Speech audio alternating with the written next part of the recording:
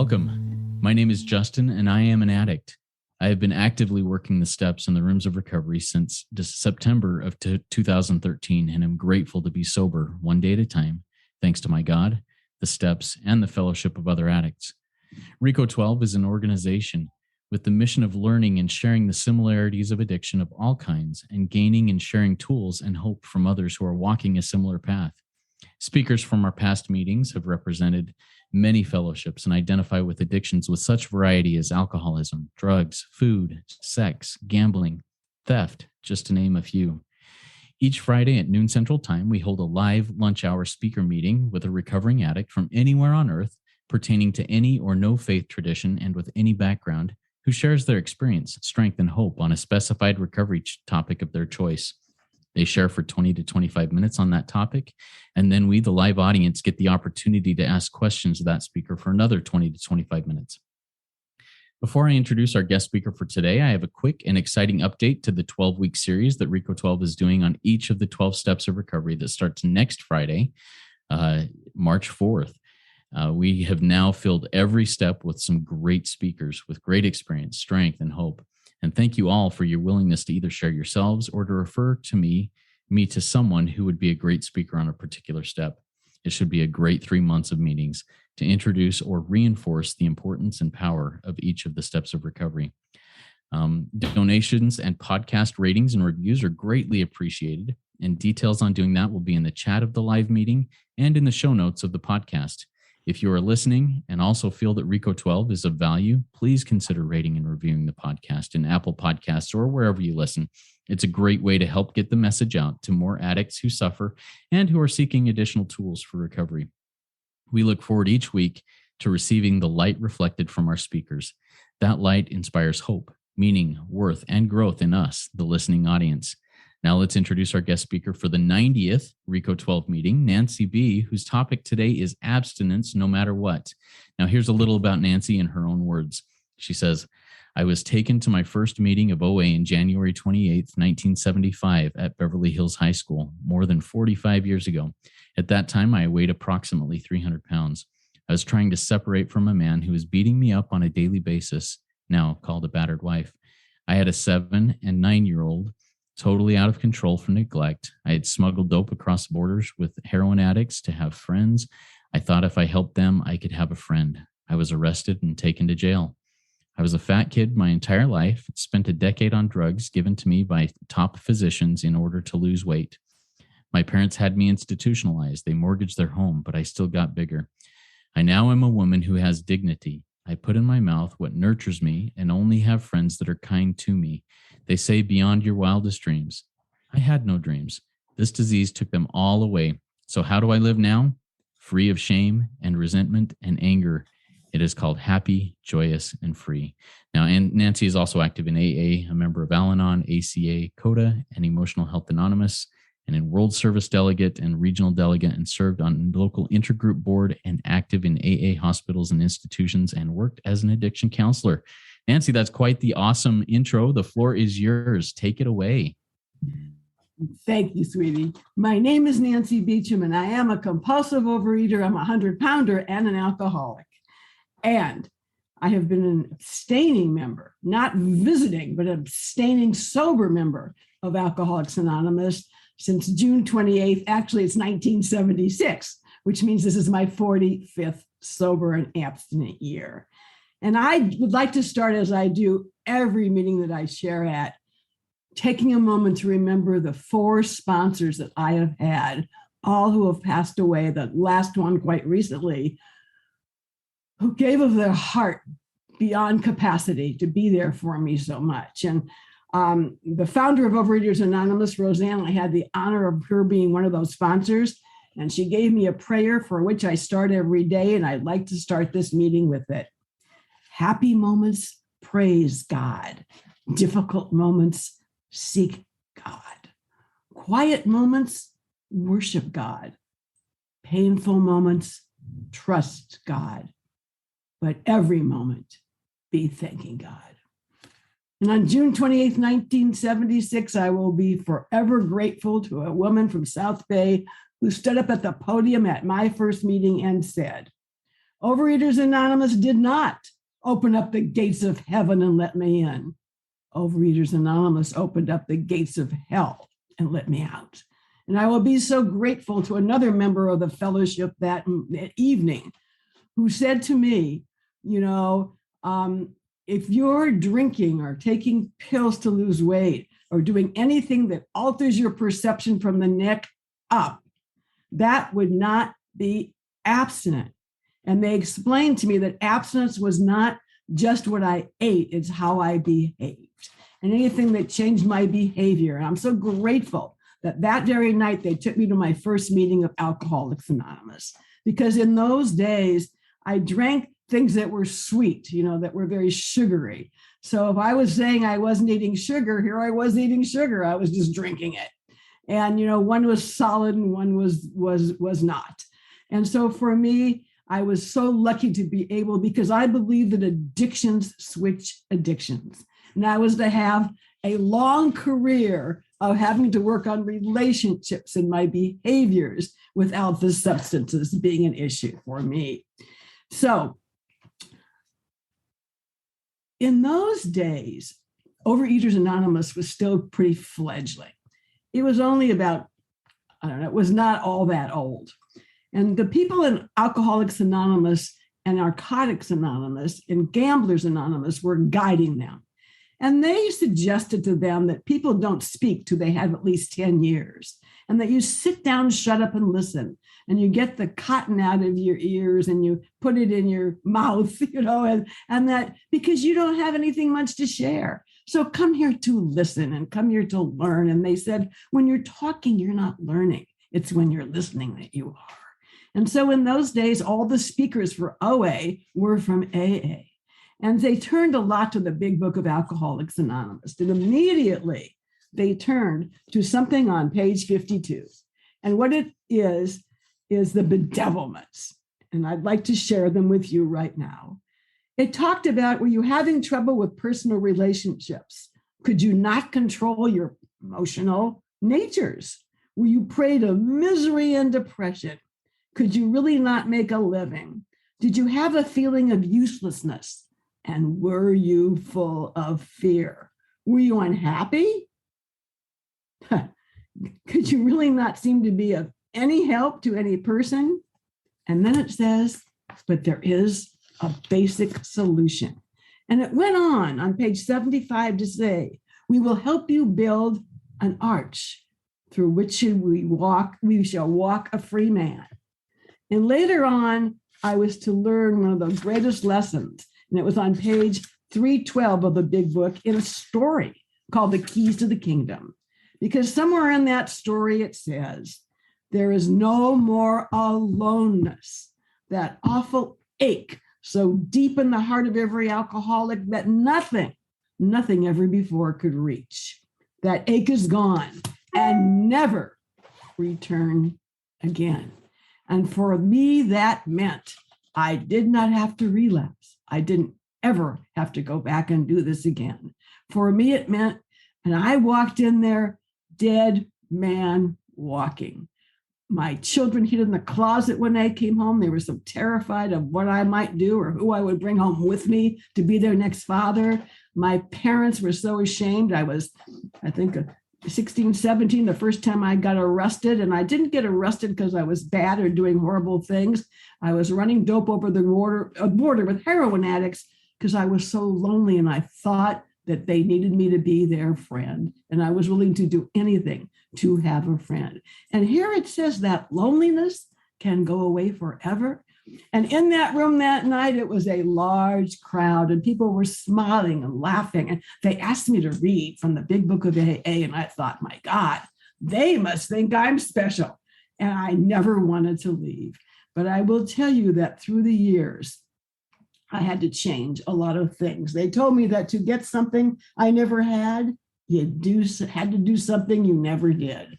And for me, I didn't understand the repercussions of what that was going to mean. And at that time, in order to be 300 pounds, in order to run wild on the streets, in order to do the things that I did, just not to feel, I had to gather around me friends who were destructive. I had to have relationships with people that put me down. I had to have a lot of chaos. And I believe for me, addiction was living in chaos. I certainly did not have hours of time when I heard the birds singing and I saw the squirrels playing in the street. Or during the day when I had a moment of pause just to look outside. Yesterday it was a freezing day in Los Angeles, and many people called and said, what should we do? And because they go out walking in the morning, or they had to take a kid to school. And I said, funny, when I got out, I just saw the sun shining, because I had the choice of feeling the cold or seeing the sun. And so what the 12 steps of this program has done is turned my perspective around about everything that's going. But what has had to happen is I had to give up a lot of things. There are 4 paradoxes in this program, in every one of these programs, and they are amazing. And I'm so lucky. I came in here absolutely unable to breathe, absolutely not wanting to live one more day. If one more person looked at me or pointed to me or laughed at me. And, even sometimes today, if I'm walking on the street and somebody says something like, who's that strange person? I turn around to think it's me. And I have to get that moment of clarity to be here right now, to be in the moment right now. And I've been taught to do that by the 11th step of this program. And this program worked very slowly for me. I did not absolutely lose 150 pounds and walk out on the street and think I was terrific. Because absolutely, if you're in a car accident and you lose a leg, they don't exactly take that leg off and stick a prosthesis in and you run down the street. It takes years to heal that wound and to get fitted and to learn and do physical therapy. And I had to do a lot of physical therapy with my mind. And the only solution for me was to begin to saturate myself with meetings, with phone calls, with people who were doing what I was doing. I don't know if it's because I was born during the wartime and my father was called away when I was just 6 or 8 months old. And he just about he contracted a horrible disease called malaria going off in the army to the war. He never really served. And we spent the next 8 years in army bases. And, at that time, can you imagine what that was like for my mom and her immigrant parents who had moved to live with us? And she went up and down with me, and I was raised by all the neighbors and all these strange relatives. And finally, when my dad did come home 7 years later, my mom got pregnant and a brother was born. And I thought, oh my God, at least I have my parents, and now they're going to love me and they're going to be there for me. And you know what happened? My brother was born blind, and my whole world dropped down because my parents were fighters, and he was the first blind kid to go to regular school. He was the first blind kid to go to camp. And there was so much that went in to letting that child live in that house and not be an institution. And he was a forerunner. However, for me, this little kid, I felt so in love and so unneeded and so not a part of. And I was very fat already by the time I was 8, 9, and 10. I was being laughed at. They call it bullied now. We did not know that word. And, I was so laughed at and so abused by other people, by relatives who would come up and pinch my fat and say, hey, aren't you a cute little thing? And I wanted to tap dance and I wanted to act, because after all, I lived in Southern California. But, the only roles I could get were the fat little kid, and I couldn't laugh. Every time I noticed that, every time they had a cartoon, I didn't think it was funny that Humpty Dumpty fell off and fell apart in pieces. And maybe that's because my life was in pieces. I didn't think anything was funny. I was always so serious. I was always tight. Always that kind of kid who was ruined her teeth as a little kid, not only from eating all the junk I ate, because the way I behaved, always scared and always frightened. So I got a persona, and I began to live inside a circle. And I can show it to those of you who are here now. I lived inside a circle, and I was like a queen. And I made dreams about if only my life were different, and I hated that brother, and if only he would go away, and only they would put him in an institution. And I was angry at my mom, and because I became a little brownie, and she got a beautiful uniform, and they had to get a fat one for me, and I couldn't step up with the other kids. And and then they had things like gym, and I would hit myself and hurt myself and cut myself, so I didn't have to go on that field one more time. And they had a dance, and the boys lined up on one side and the girls on the other. And when they saw me coming, the boys went to the back of the line. And inside of myself, I was so loving and so sweet and so kind. And that food helped me a lot. But something worse happened. My mother started taking me to these doctors, and they powered me full of pills. They just loaded me full of drugs, and they were speed and amphetamine. And one time I remember the cop stopped me, and I was very young, and I was erratically walking in the street. I climbed out my window in the middle of the night. It was dark, and I was a kid, and they said, "What are you doing?" And they took me, to Central Juvenile Hall for children. And I realized that I was so full of drugs. And these were the drugs that were supposed to help me, but they made me crazy. And then I went on to do all kinds of things. At one point, my parents mortgaged their house, and they put me in a hospital to lose weight. And my drug addict friends came and brought me candy. And, we're very clever. Addicts are very clever. And so I discovered a way to feed the patients and help them. But what happened when I walked into that room that first night, that first meeting, something happened to me. It's called hope. I heard the words, "Hold on, pain ends." And the pain is ended as a member of Alcoholics Anonymous, Overeaters Anonymous. And I went to a million meetings. And at one point, I got to become a actual counselor in an eating disorder unit. And doing groups with those people, I realized I had a big problem with my mom. And so I went into intensive therapy for a while. And then they turned me back to a sponsor. And I was so lucky, because I learned to run around with the old timers, and I asked so many questions, and I got a million friends. And I began to do something that I don't hear all the time. I began to have fun in these programs. We went to dances, and we had parties, and we laughed, and we teased each other, and we grew up together. And I went to work for a guy that told me I was too fat to have lunch breaks, and somebody in program got me out of that job, and I constantly kept rocking into fires, and that's what it did. I had an absolute beast inside of me, something that was going, and I had to get that attitude. This beast is not going to seize me. And I had to realize that whatever I did, I was going the wrong way, and the only help out was to listen to somebody else. And so here's what I did. I got a food plan from a doctor or a nutritionist that was for my body. And it was pretty strict, because I needed to have accountability.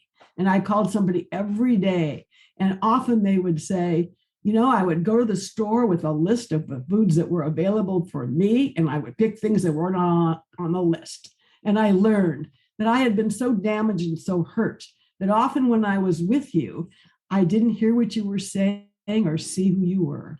I just saw what I wanted you to say so that I could still have a friend. And so my life in the program has been one of a lot of letting go. The most important thing has been letting go. And it's been about surrender to win, a paradox in this program. And, on the face of it, surrendering does not seem like winning. However, in these 12-step programs, if you come to the end of your rope, if you hit a stone, if you hit your bottom, only then can you accomplish what you must. So you have to learn about what it is to surrender to win. And then you have to suffer to get well. And people say, "Oh my God, this is horrible. I can't do this. I'm so afraid." There is no way to escape the terrible suffering of remorse, regret, shame, and embarrassment, which I picked up on the road to getting here. In order to get well, I have to bring it all up, and it's painful and so necessary for us to do. And then I had to die to live.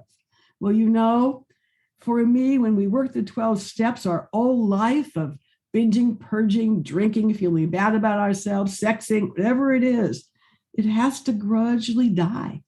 And in order for it to die, we will acquire a new and better way of life. Our shortcomings are removed, our old life dies, and a new one lives.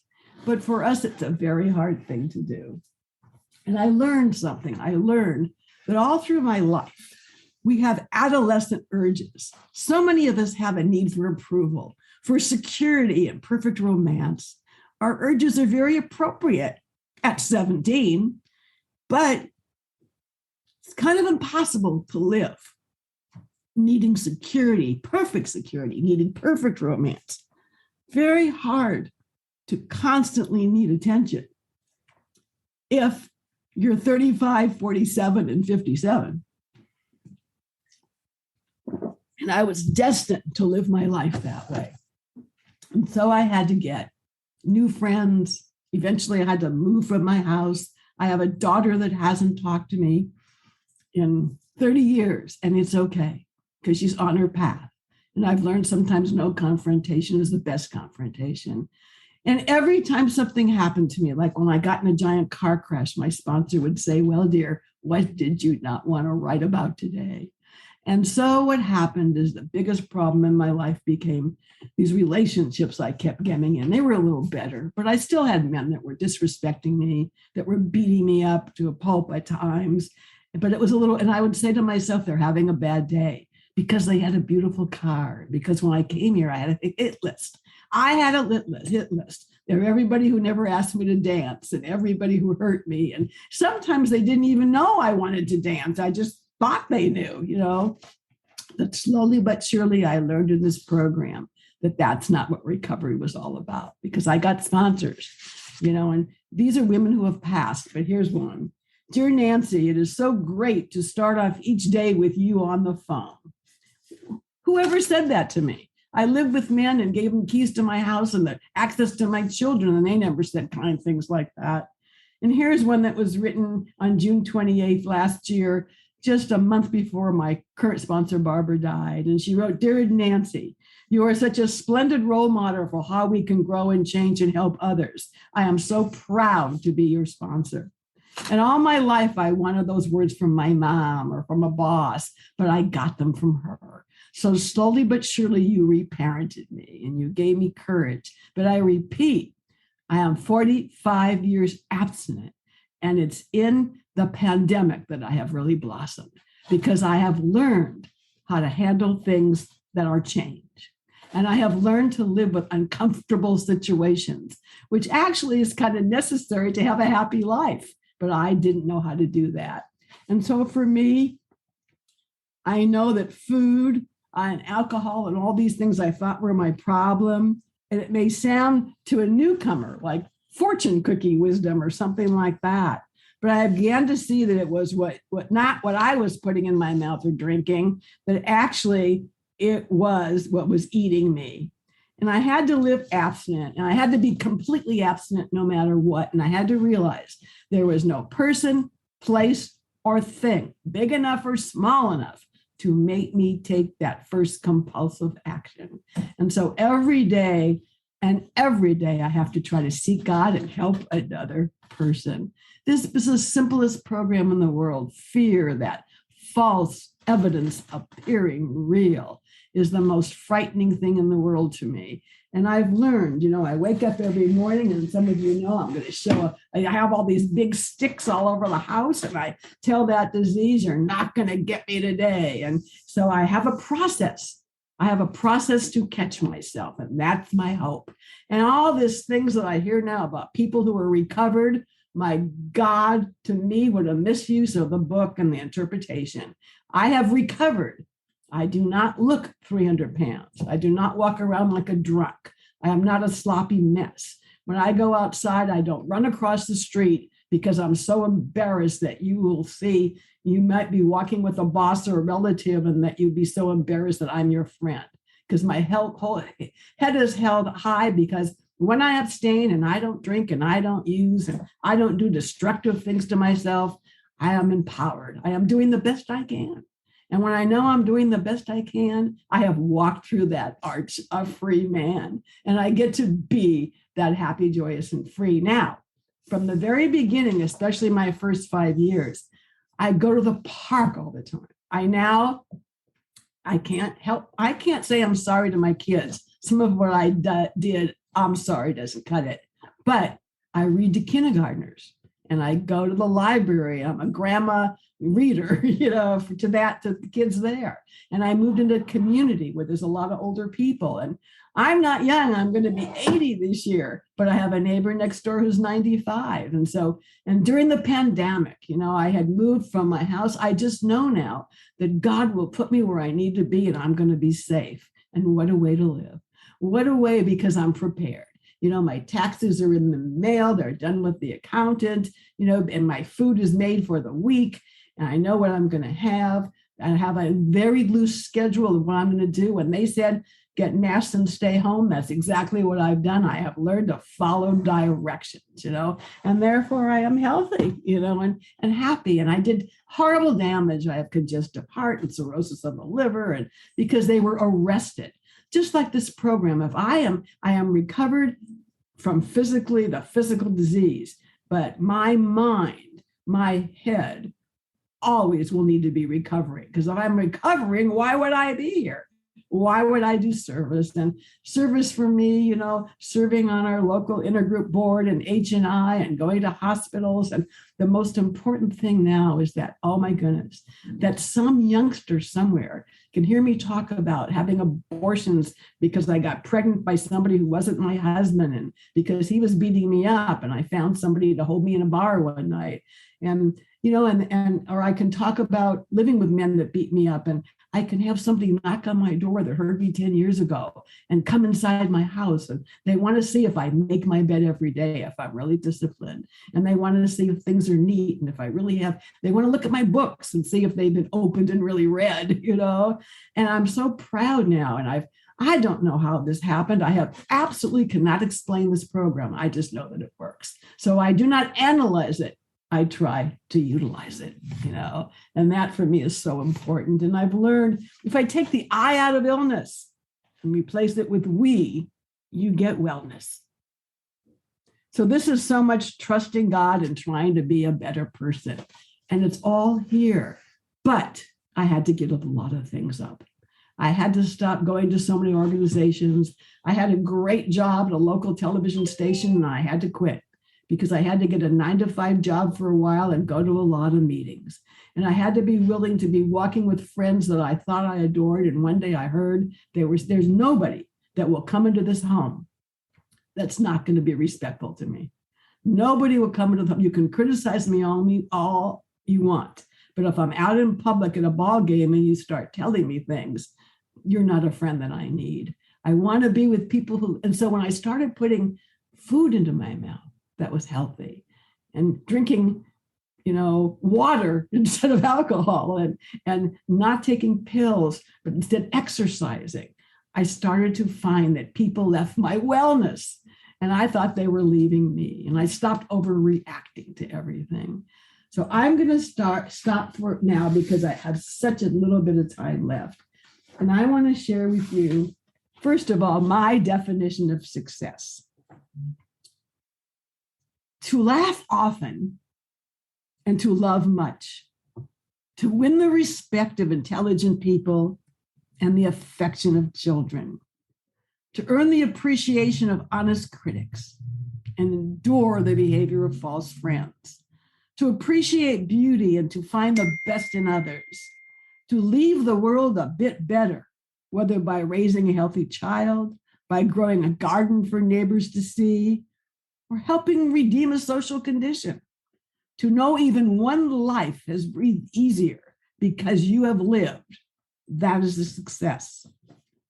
I believe that each one of us today listening to this or listening to this later can be a success. All you have to do is pick up the phone. Call one neighbor and say, can I get you something at the store that you know is having a hard time? Call one person and say to them, how are you? And not talk about yourself. And then, my friends, you are making a difference in a human person's life, and you are beginning on the road to happy destiny and recovery. And just remember, for me, what I was taught, that working the steps and writing and inventories and doing 10 steps and calling a sponsor, doing service, that doesn't mean that you're in detention camp. It means you're getting a spiritual shower, because what's being thrust upon you is the keys to the kingdom for real, where you can walk out there that free man. So I hope for every one of you that you will be able to go outside and hear the birds singing today. And maybe you'll see some squirrels playing. And for that moment, you'll have some peace and some quiet, and the world will stop because you'll put a smile on your face and realize that you're getting better in recovery. And it comes in parts. So I want to say that it takes a while. And when I got that hope, when I got that moment of clarity and that moment of feeling the breeze from the ocean on my face, I realized next time I can get 5 more moments of it. And eventually most of my day is like that. So thank you for letting me share. And I hope that all of you will not leave before the miracle happens. Beautiful. Thank you so much, Nanci. I really appreciate your share, your experience, strength, and hope. We're going to get to the Q&A portion. I've already received several questions and I've written down a few myself, but to our live audience, if you have questions for Nanci, please type them in the Q&A link at the bottom of your Zoom window. Looks like 2 speech bubbles over the top of each other, and we'll get to as many as we can over the next 25 minutes or so. So first question that came in is from Incurable Phil. And Incurable Phil asks, what is your higher power like? My higher power for me, from the very beginning, my sponsor told me to substitute for God the word good. The higher power for me is something in my life that wants me to do good. And my higher power is very much composed of what at Alcoholics Anonymous came from the original Washingtonians. And they are these concepts. And my concept is asking myself, is what I'm about to do self-sabotaging or self-supporting? If I need help, do I go to the right person? And all day long, do I walk a road with people that have more experience with I? So my higher power is that force that guides me to the good in the world. My higher power is simply for me for years. And I live that way now. I wish I could show you. When you look out all of my windows, and I've got tons of windows, I see nothing but trees, and I see those leaves blowing on the trees. And those leaves don't care if they're fat or thin or married or not married or have a date for New Year's Eve. They just don't care. They're just blowing in the wind. And to me, that is the greatest higher power in all, something that just gives me that calm. And that's what I suppose a higher power is. It's something that I talk to a lot, and it's somebody that I tell the truth to, but my higher power guides me to people. My higher power often works through the people that I share with. Thank you so much, Nanci. I have another question from Phil. As he asks, tell us about your 4th step and 5th step experience as you came up through your fellowship. I was extremely lucky because when Overeaters Anonymous was founded, there was a woman named Thelma whose husband was in Alcoholics Anonymous, and Thelma became one of the very first members. And Thelma sponsored our founder, Roseanne, and another woman named Jean Jaffe Smith. And Jean was kind of the Dr. Bob for OA, and very spiritual woman. And when she became my sponsor, who gave me my foundation, Jean just so believed in writing. And when I went with her, I wrote, and those were the days where we didn't have people lecturing us and reading to us every day in groups. We went and sat at the feet of our sponsors, and we had a study group of all her babies. And my writing was very much like the big book, but it's just that when I took the writing to her, she immediately knew the process of recovery. And she knew that the 5th step was nothing without the 6th, 7th, 8th, and 9th. So we took that book, and she had a list. In fact, I still have the original list right here. And it's a list of affects and defects. And so I learned, and she wrote, and I talked about hating my brother and being jealous. the book asks you to get down on your knees and ask God to remove the defective character, but he also tells you to replace it. And that's what a lot of people, that's where I got lucky because I learned that. So I never asked God to take away a chocolate cookie or to take away my Dexedrine. I asked him to replace it with something else that was better for me. So it wasn't like I was ever losing something or felt unnourished. So when it came to anger, I asked God to give me self-control. Or when I had impatience with my brother, she had me write and talk to God and say to him, to forgive him or forgiving me for interrupting me and teasing me and my friends, because he was a child of God and he was doing the best he can. He was a kid. And I finally came to peace that I hated him for being blind because I didn't get much attention, because people thought that somebody who was fat or on drugs just had no discipline or control, and that he's the one that needed the help when I was very sick too. And all that came to pass because I did those four. But in the beginning, and this is the most important thing, those fourth and fifth steps were very surface. I was just beginning to cut. And when I had about 25 years in the program, I went and did the Joe and Charlie workshops. And I went to Narcotics Anonymous, where I didn't know as many people. And a wonderful man named Samuel took us through those steps, and it took a year. It took a year. And we did a real inventory, and I began to find out that I was just looking for patterns. And I was looking for resentment. And I had about 5 character defects that came over and over again in different ways. But I was very dramatic. So I went to Catalina to write that fourth step, and I kept calling Samuel the whole time because I was sure I was doing it right. But I had people around me walking it through and doing it with me. And we did it that time with dictionaries and at small tables. And it just was the most incredible thing. But I have done about maybe 10 inventories. And now the difference is when I'm in trouble, I don't have to wait till I'm having a mastectomy and then realize, well, maybe I should stop getting married or living with men because I didn't know what to say to them right then. And so I had to stop. For me, I had to be in that car crash. I had to do a terrible thing before I could change. And now I get the feeling intuitively that something's wrong. It's like that recoiling. And then I'm able to do that 10th step immediately. And I do believe that every day I kind of carry paper and pencil. And if there's something that gets me upset, and a lot of things do, the world's a mess right now, and there's something gets me upset, I put it on that list. And sometimes I'll wait 2 or 3 days, or I used to have tape recorders. And when I was in relationships, we would write down everything that bothered us. And once a week, we got together for an hour and talked about it.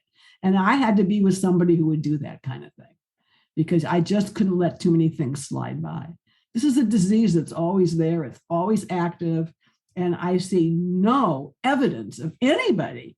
I've been to millions of funerals. I see no evidence of anybody who went out who wasn't because they did what we were supposed to do.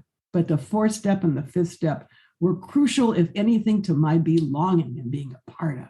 That when I went into the rooms of the meetings, I was doing it too. And I was excited to have the opportunity to do these things. I wasn't one of these people who was angry. I was excited to abstain. But even when I was trying, sometimes I had to clean it up. So I hope that answers. Thank you so much, Nanci. I really appreciate that perspective there. We have another question came in from an anonymous attendee from our audience here who asks, what does OA abstinence mean to you? Is it about a certain way of eating? Abstinence actually is defined now. To me, the thing that I define is guilt-free eating, that I'm putting in my mouth what I know is for me. Now, Overeaters Anonymous has changed drastically, as has AA and NA, because in Overeaters Anonymous, it's a little different than other 12-step programs. We now have anorexics and bulimics and cutters, and has a lot to do with body image, and it has a lot to do with all kinds of things. It's stretched far, where when I came in, it was pretty much fat people, who went on the same kind of food plan. So I can't share with you what I eat, except that it's basically 3 disciplined meals a day. Some people are allowed snacks. And for me, it's pretty much cut and dry. When the doctor told me, I had kids in the house, I was constantly in relationships, and I had to learn my actions. Like if I have a guy in my life and I'm making him and his friends cakes and brownies and bring him in the house, I'm playing with the food. I'm not really, he can go eat it outside or get it at work. And I had to learn for a couple of years, I had to learn not to go where I couldn't go. Like I stuck with OA on Thanksgiving and Christmas, and my family didn't like it, and my kids were very unhappy. But you know what? People adjust and they find their own way. And I was so dependent on running the show and running these people's lives. And when I started to get my life, they started to grow up and get their own. And a very big part of abstinence is this thing we talk about so elusively. It's this spiritual recovery and spiritual growth.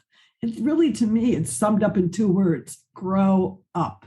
And when I started to grow up and take responsibility, I realized that I would say to myself this: is what I'm about to eat going to nurture my body? And I had to look up the word nurture. And I looked up the word food in the dictionary. And I wrote reams of paper about what it meant to me, and comfort and joy and fear and knocking me out. And then I looked it up what it meant to Daniel Webster, and it did something to make my body strong and help me.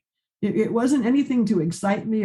So what I had to do is start decorating my own garden and bringing myself flowers. And I had to learn how to do other things, take hot baths. If I took showers, I took hot baths and bubble bath and taking care of myself. When I was 50 years old, I got fake nails, which are gone now because of the pandemic, but I started to try, and I got people in OA. I went and got my colors done to find out look better. But as you can see, as I grew up in the program, when my hair went gray, I left it gray because it was me, and I got to just be me, and I learned to love it and to do things that flattered that. But I do want to emphasize that it's about feeling good. It's allowing myself to put myself in situations where I feel good. And that way the abstinence becomes simple. But in the beginning, it was 3 meals a day, not much in between. I had a specific foods that I could eat. And there's some things I know if I used to eat tortillas and cheese at night, obviously no cheese should come into my house. And, I started to feed my kids this stuff. And one day somebody said to me, well, dear, why are you giving them what killed you? Or eating frozen yogurt when I'm not supposed to eat sweets. It's a facsimile of what used to kill me. Fake ketchup, I was just kind of carrying on. And so for me, the simpler it is, the easier it is. And I kind of eat the same thing every day. And I'll tell you, I have a secret. It's a cooler, and I keep it with me. And wherever I go, I keep my little packs of tuna or applesauce or whatever I'm allowed on my food plan. And wherever I go, it's in that car or with me. And so there's never any excuses. And that's how come I can abstain no matter what. I had to realize the strength and the power that all these substances have over me. And it's amazing to heal and to get better, because all I was doing was rotting my teeth, ruining my arteries, and killing my heart. And so this is about taking care of yourself, and to thine own self be true is such a big part of abstinence for me. If there's both 6 things I'm supposed to do, I call my sponsor and she says, well, dear, what 3 can we leave out? And it's being willing to let somebody else tell me what to do. Excellent. Thank you so much for sharing that. Lily from our live audience asks, could you please put the prayer as taught to you by your sponsor? Your share has given me a new perspective. So that prayer that was taught to you by your sponsor, is that something that maybe you can say again, or that we can have for the show notes? Oh, absolutely. I will send it to you. Perfect. I'll put it up in the show notes of the podcast. Excellent. Thank you. Another question. This comes in from Shalina from our live audience. In your intro, it was mentioned that you were in CODA and ACA. How did those programs help you? Well, when I was new, all these programs were just starting. And so I had the honor of getting to know Bobby Earl very well. We all roller skated on Venice Beach, and we all went out. We had a tremendous amount of fellowship in the program. I'm in Los Angeles. And it was common to be at an AA meeting where a whole cast of a movie set would walk in, and everybody who's anybody is in a 12-step program. And in the 80s, it was like the new EST, which was another recovery thing. It was a place to be. And so there's a book called Sugar Blues, and everybody in OA was reading it. And it had a lot to do with alcohol and sugar. and what it does to your body, how in the old days they used sugar in that solid form to anesthetize people when they had to have teeth pulled. And we started to realize what it did. And there was a lot of feelings about holding, as you notice, I did not come into this program. For those of you who can see me, I'm in a room, and in this room are teddy bears and rainbows and stuffed animals. I didn't come into this, and I wear around my neck the Serenity Prayer. I'm a touchy-feely person. I wore butterflies for years, and I would touch them and say, this butterfly reminded me every day that I couldn't be free to fly. And I went down to the ocean with somebody, and they said to me, throw a rock. And when that rock can stop the ocean, you don't have to come here anymore. You don't have to listen to us every day. You can eat what you want and do what you want. But every day, every time I go to the ocean and throw that rock, you know what? The waves don't stop. So I still have to do this.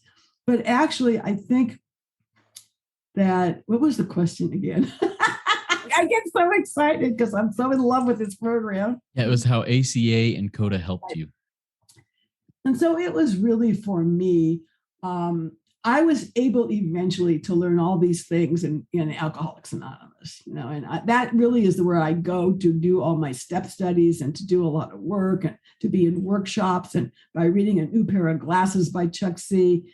There's so much outside literature and so many things. Fat is a Family Affair by Dr. Judy Hollis, which was the textbook for all the eating disorder counselors and doctors that must be read. That is probably to realize that this is a family affair. And when Judy wrote that book, that's kind of when Bobby knew he had to do it, the ACA and CODA, because, you know, in the long run, I could come here and get a food plan and get better. But if I go home to my family and something strange happened to me, when I started to get better, my family got sicker.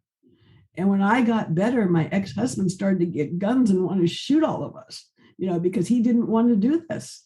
And people in my family, when I made an amends, they had a terrible reaction because they didn't want to have to take a look at themselves like I had to do to recover. And so in that program, we learned that we were doing this for ourselves, and it didn't matter how anybody reacted. And we went back, and some people did primal therapy and they got real deep. But for me, I'm an overeater as well as an addict.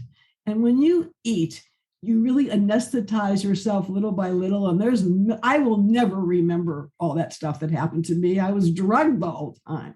So I got to a point where I remembered enough, and I got well enough to say, you know, I've been here a certain amount of years and I want to enjoy this. I'm at the point now of my life where everything isn't a struggle and everything isn't self-examination. Everything isn't ripping it apart. I just know if I have bad behavior, I have to correct it. And one of my character defects is looming. So I take a paper and I write, "Dear God, help me discover the truth."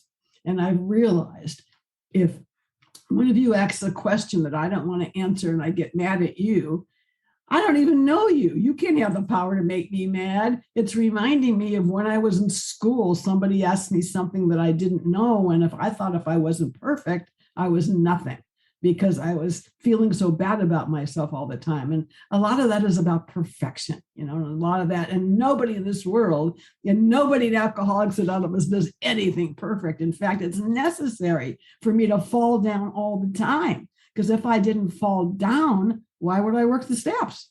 It's when I find something wrong that I'm doing in my behavior. And the reason that I abstain, or I don't drink, or I don't have men in the house or live with somebody who's not kind to me, is I'm promised freedoms here. I am promised freedoms. There are 12 freedoms, and I don't want to close without mentioning those. The freedom from my obsessions, the freedom from insanity and hopelessness, a freedom from bondage of self and from dishonesty, and a freedom from isolation and from running the show and self-reliance and blame and fear of people and complacency and loneliness and lack of purpose. So if you can give me these freedoms, I want to be where I can get them.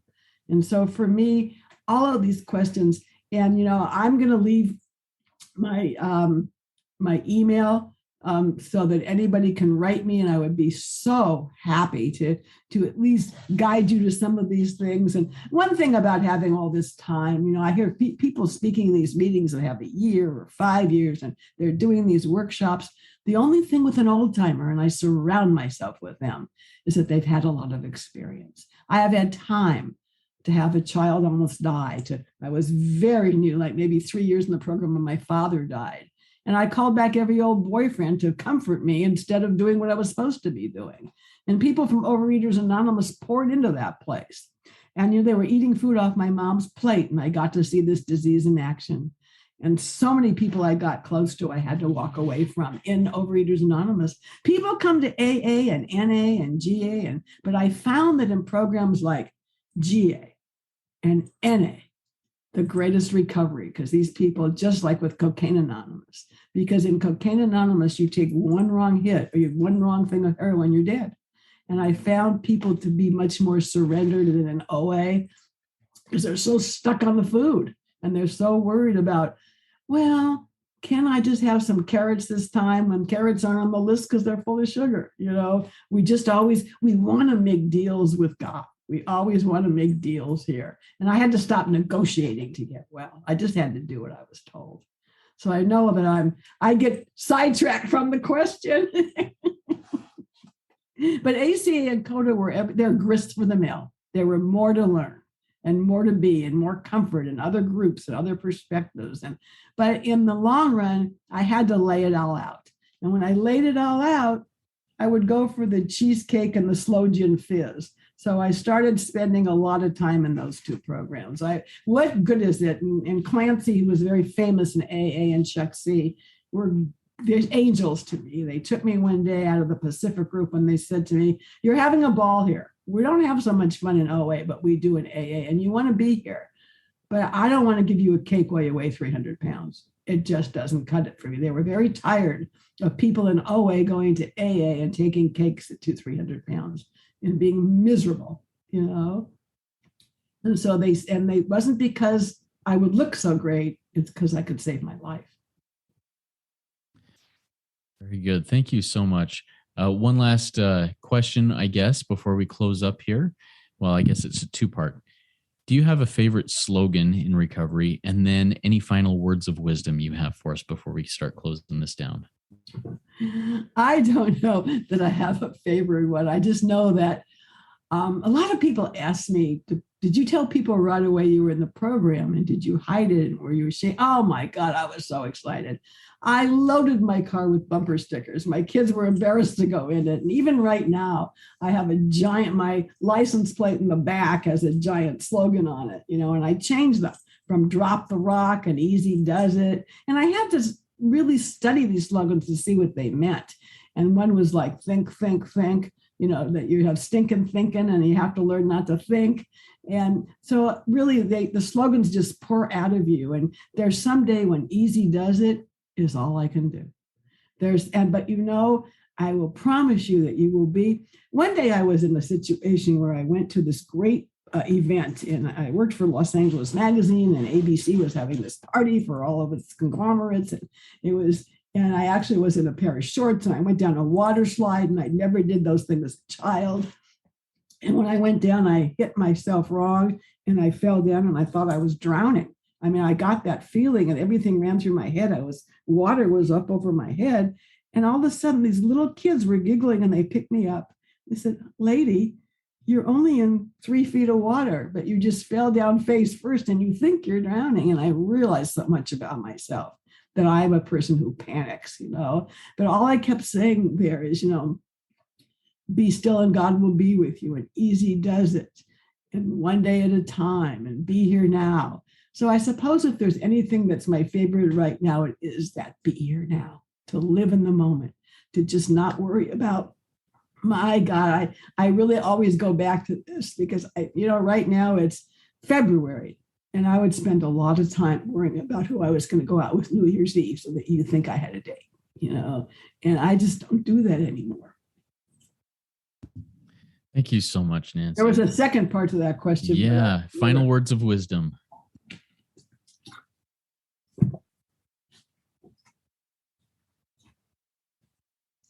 I believe with all my heart, and there is a prayer that goes to this. There's a actual saying that we're chosen. And I think that we're chosen not because we're special people or we're rich or going to be wealthy or marry the most handsome prince, because I did think I would never pay a mortgage, or every day different guy would come and he would take me to Europe for breakfast. We're chosen because we're the worst in the world. We're angry, hostile, nasty people. And we're chosen because when somebody like I doesn't go to jail anymore or hurt people or exaggerate, and I could open my home and I have a bed that women who are really struggling and having a hard time or living with a man who's beating them up like I did, that they can knock on my door and I can give them a room and just give them something to eat. And I don't even talk to them. When they're ready, they can talk to me, but that I have a safe place for them to be, that I can go from what I was to this. It's a miracle. And if you look up the word miracle, it's something that can happen. So my advice to anybody who's struggling or suffering or going out or relapsing is ask God every morning to let you believe in miracles. Because until you believe, you just come to believe. And until you believe that this has happened to me, all you have to do is believe it's happened to me. And you can borrow my God. You can borrow my miracles if you just are willing to do the things that I did. But sadly, most people think they're doing them, but they're really not. So I had to check in every day. And, people said to me, if you drank every day and ate every day, if you knew what time of the day you were going to be in trouble, you could just go to a meeting that day, that hour, but I don't know. So I need to be there all the time. And, I am no longer happy going to a wine tasting party or going to the community. And I got in a wonderful book club and all they did was eat and drink. So my other sponsor founded an AA book club, and we have a lot of fun. And I started to discover things that I never knew, like I couldn't sit still. So I couldn't play bingo. I couldn't go to an opera. And now I try things. I don't like them all, but my expanses of what my life is now is, I realized something else. I lived in West Los Angeles my entire life. I was born in Hollywood, but that's not the world.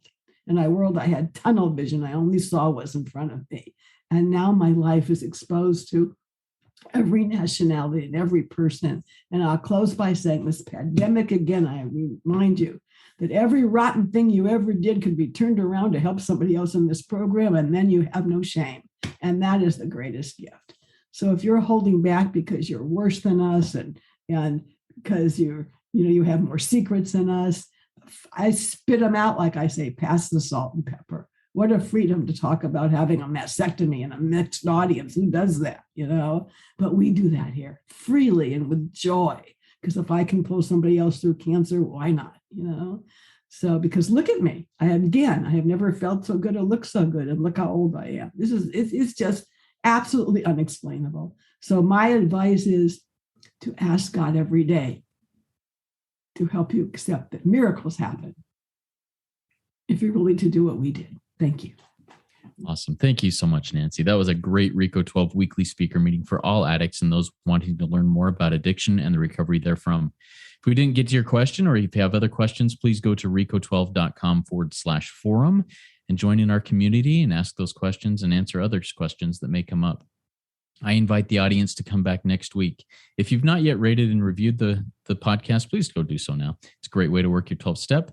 And next week, we launch our 12-week series on each of the 12 steps. We will start with Robert P., an alcoholic, sober in AA for over 35 years. He will get us started on step 1 with amazing energy and enthusiasm. If you know Robert, you'll understand that. Now let's launch off into the rest of our day with the Serenity Prayer. Nanci, would you like to be voicing that for us, please? Sure. Remember, we take our hands usually because we care. So it's God, grant me the serenity to accept. How about joining in with me, Mr. All right, I will join in with you. Go ahead. Yep. God, grant me the serenity to accept the things I cannot change. Courage to change the things I can. And the wisdom to know the difference. Thy will, not mine, Thy will, not mine be done. Amen. Thank you so much, Nanci. Keep coming back, everybody. It works when I work it, so work it. You are worth it.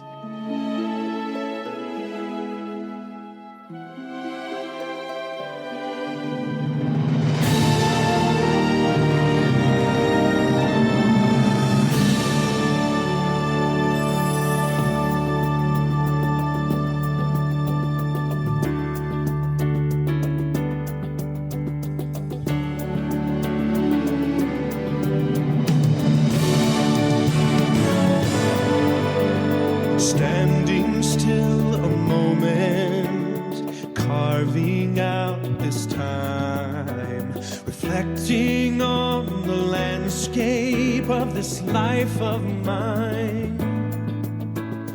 Peaks too high to conquer, streams too wide to cross, troughs too deep to walk through without incurring loss. Yet here I am, still standing tall, despite the rough terrain. One like me survived